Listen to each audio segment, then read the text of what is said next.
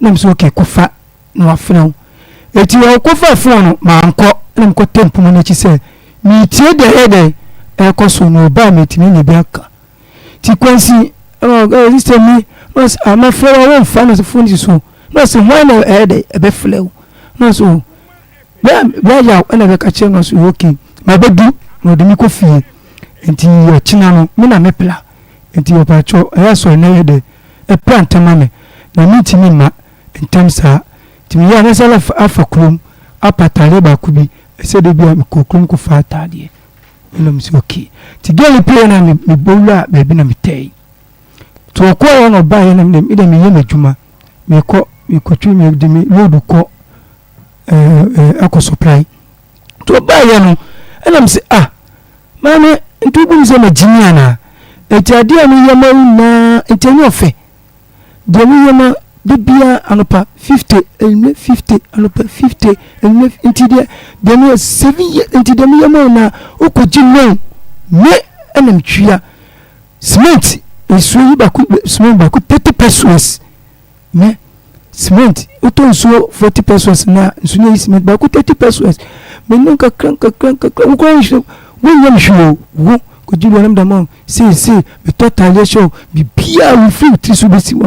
wasi evi kwano se ma mun ku so pad kwano mena min to pad mano bi bia me a etide na nyofe ena okay mi se for mechi be bia ma amane ama me patu yin de odi dina tam so okay mate intwaso sikabe won no fama de emam so fama me na me ko adwuma ntime ko adwuma no ena me ko susu hu chema na vuze seni gya na ye meninje emi makoma ye de enhia to be me de no so okay what obebu me ena ko ye adwuma ni na week ni wi no ye se bo obebu me no obedu me ko madam fu bi ho ni ma se bi ho no ewo enkokokwa mu no so okay ti ko ye na ko wo chema fada me ni ge bi e fe ni milate na seni no eskebi ono bamba so Akwaba eba Akoma 87.9 FM na ye fiada ye se fiada bi ye guy ye dokre se e fiada bi ye guy ampa boja ye bi ye guy Maa Akos awie majedwa me ma bedwafo ye krado papa yede Akoma mu nsam Friday edition yede ebramo enu nti baby awo bia no na wabodawro no emu ka kire wonua na onua enka nkire wonua sebre na so Akoma mu nsam bedwafo achena sensam podo ene nsam akase awie yakuri kire na yede ebramo nti sabre yi de ene ye hwimom kwapem se no miensa ebebo apa ho sema edu na ya pagya yemu na abusu apeni nsame ya champom nso abagie adwade sports ede atoa mo na nakua koko ewa ha Pastor Julius Naba ono nso ewa ha Evangelist Samuel Mensa enso ewa ahasei Ishmael Haywood eboye chidom ene adontene na nayawo ede yan eko social media Facebook Akoma 87.9 Akoma 87.9 FM ena afei YouTube ye Akoma 879 bomodia na subscribe ye page no mia notification bell no so breso you get notified na wa share ama fofron so etimi enya bi ahwe OPD Radio GH ewo UK Big Love Radio ewo Spain Free FM 97.5 Techiman make us say one ABM Nikki Pizza Fan Club UK and Nikki Pizza Fan Club GH Ghana one musu boy chidom ni adontene Ghana Association headquarters Mantova Viadana Italy one so boy chidom and adontene Irene boat at 32 Tom security doso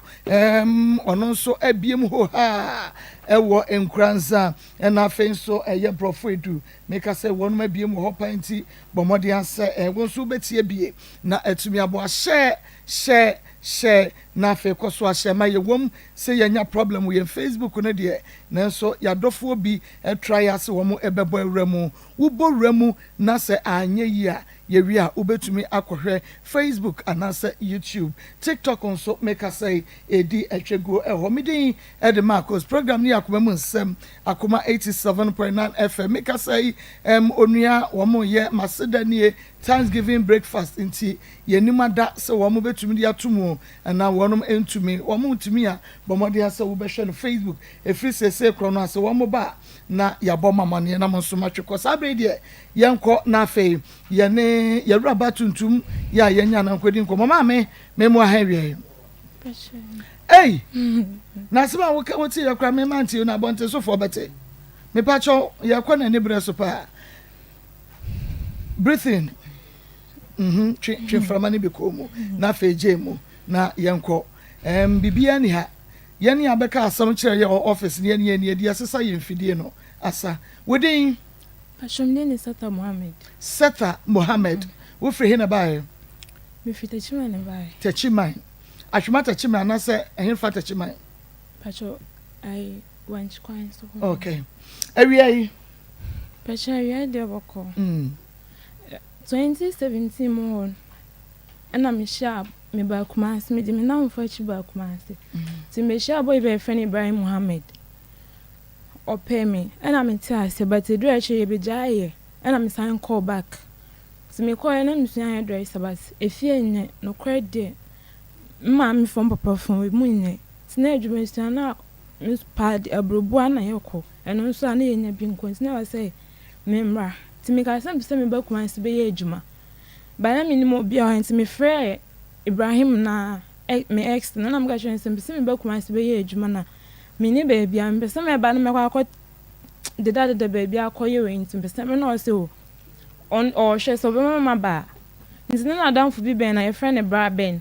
na ne best friend na me de go bra na bra so you what sad ya on ne be kasa so on ne kasa ye na o tia ye se me mra me ba ya mbedru ye no o say dan bi wo hono ma wa rent sama ne girl but ne girl na tu kwan enti sad ya make my stay on am so okay me stay on ma ya adwuma kakra na mrepa ma pe baby fufure tu akona mo tia say ye madom eje me ma metena honom ti me benya adwuma no ana me ye ba adwuma nim no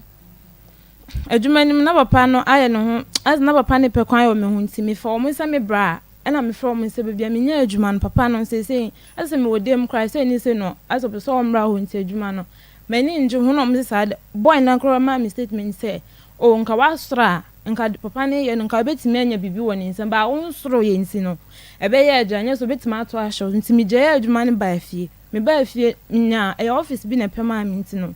almost I'm friend me say omonya hotel adwuma bi wo say angel me sheda nim areas no papa na me call nti me ko be na ne baby mama mo ba no wo satana akla no 1 year o de akla na ba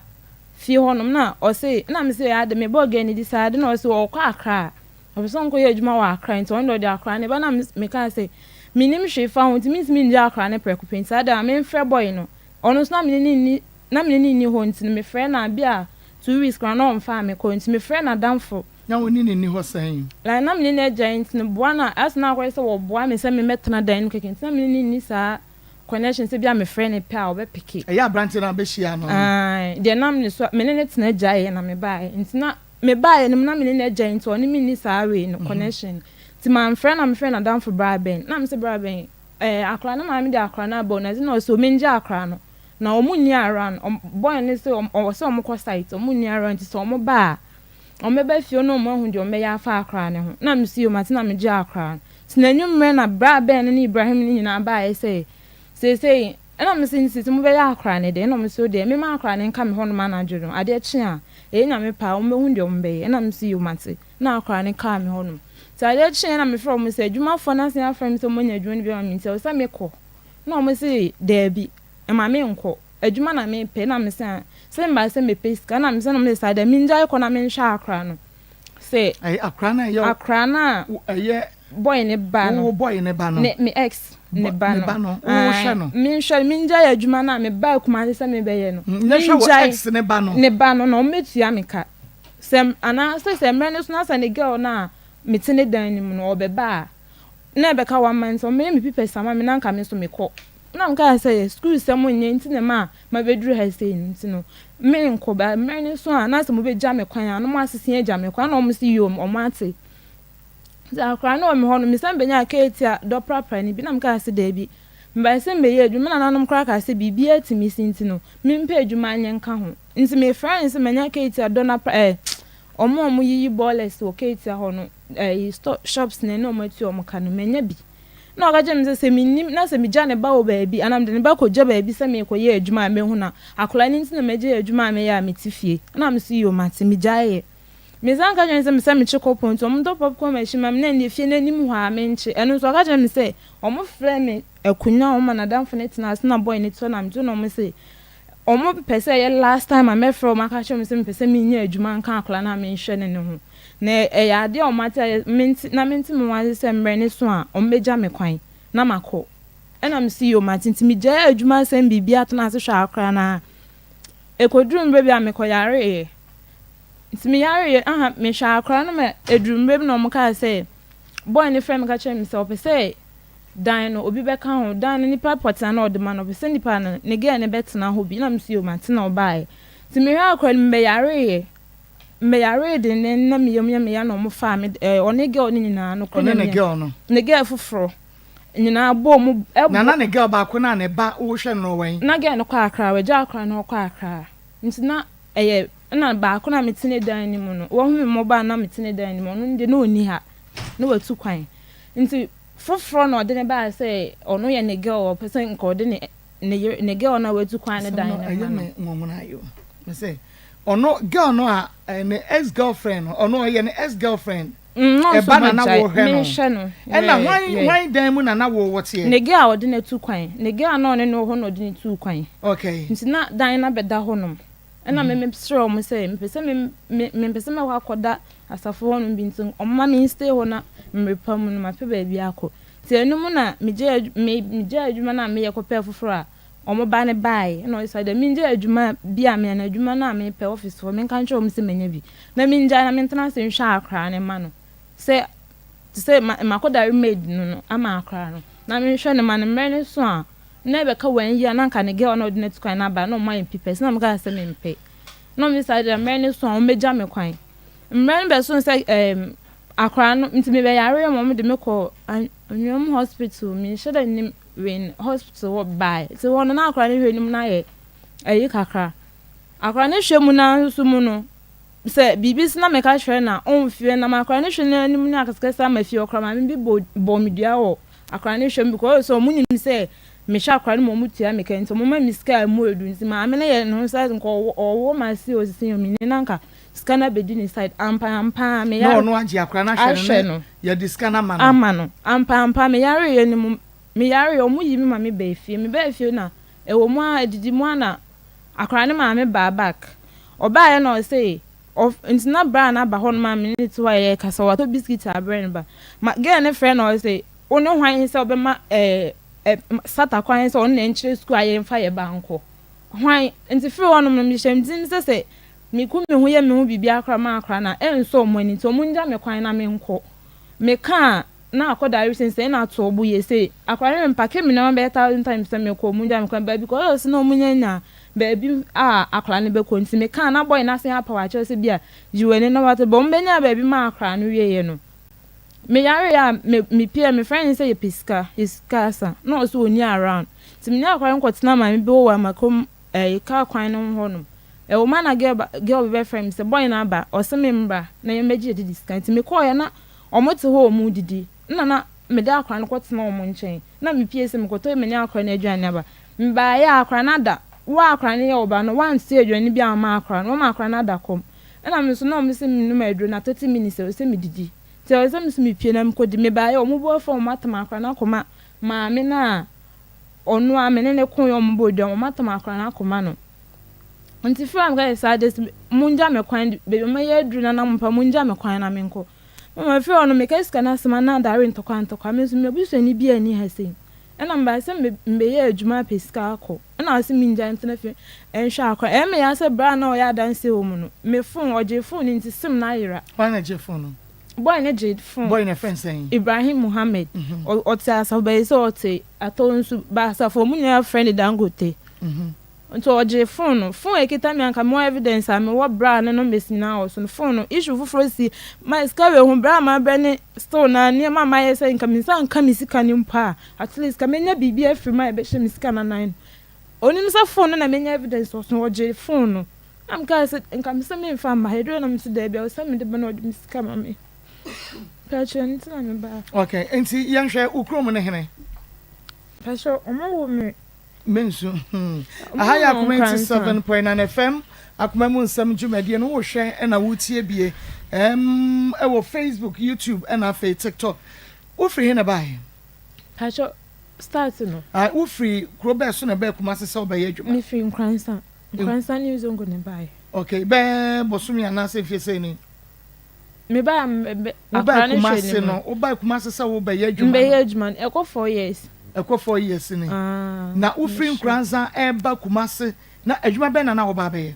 Me ba wo fro no. Na me ye omo me ye ndomi omo fa girls na omo bo omo no. Enu bi na me ye ba. Enu mu na me simi ni ntemtiti ba me ba ye no. Me ne omo kasa say bra na damfo ne mmoa me. Nti omo ma bra ba ya damfo. Ibrahim na damfo. Ibrahim no ex boyfriend no.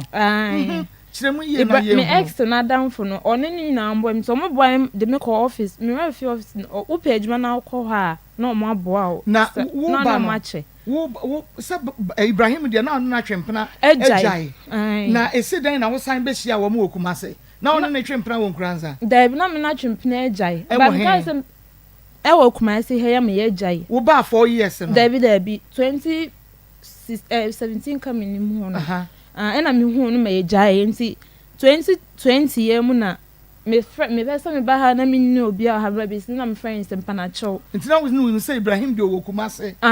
Okay. Nti me friends say me pana chow. Me pesa me ye adwum but me ni ba bia me ba me su nti o ma no say o obedwe hu nti na me friend na on fa be 3 weeks kwa me friend on fa na me friend na down for bra ben say bra ben Mr. Mo de me mu di nkomo so do again o so de again at kwan ti sa de am Mr. Mo ma me tena dan ni mu nya adwuma na me fa mpe ba bi ntu nko nti enum kra empa na o mu yi nti na student form ni bi na na eda ho a na me da so on ma erokwa adwuma na me kwa mbe fie me nda ade cho jua da no pa na me san ko say adwuma hwan ya pema o boyfriend ex boyfriend madam for no ene pema me nti o eno no mo pe am say for me ya go si ne 3 months me gipe na me ne o mo che office wo no o gipe na no mo ate for 3 months na fe adwuma na ya no de aka no ja na wa wafa say adwuma ni bi na me ye nti me ya na minya house help nti na papa na o ha o ba fie wo no say me papa na minya adwuma wo ni fie no nti na o ho no ma na wa ba ho no na aso beto ono no as na me so po bi o bet na fie ho a o be papa ho no nti na o tia me ka be dru ba bi na say wo adwa ya o pe say me borra ho no ma na wo de mu na ho se bia wo ro ho a so ment me from say so person on ne da nti me from na ga say bra ben say ni say na me no wo nkomo ho na wa hwe me ex ni mpo say ye ni me say by all me say adwuma me ye be ma nko an die asema